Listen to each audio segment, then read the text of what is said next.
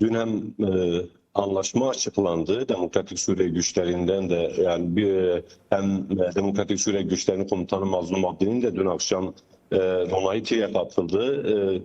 Çok geniş değerlendirmeleri vardı.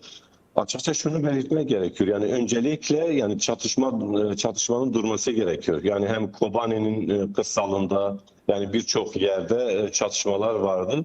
Çünkü şimdiye kadar ateşkes ihlal ediliyordu. Ama yani 2 Şubat'tan itibaren artık bu yürürlüğe girecek. Yani öyle görünüyor. Çünkü halen Kobani ablukada, kuşatma altında.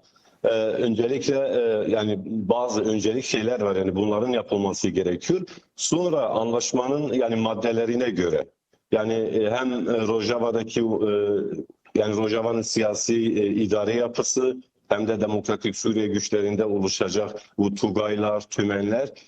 Yani birçok kişi gerçekten Rojava'daki durumu, direnişi, halkın direnişini değerlendirdiği ve değerlendirmeye de gerek duyuyorum. Şuna değinmek gerekiyor. Yani Şam hükümetiyle yapılan bu anlaşma yani bu önümüzdeki günlerde hem Şam hükümetinde oluşan komiteler var hem Demokratik Suriye güçlerinden yani özel yönetimden oluşan komiteler var ve bu anlaşma tabii ki belki bir hafta içerisinde, 2 hafta içerisinde olmayacak şeyler. Yani bu uzun süreli bir durum yani bir süreç böyle devam ediyor.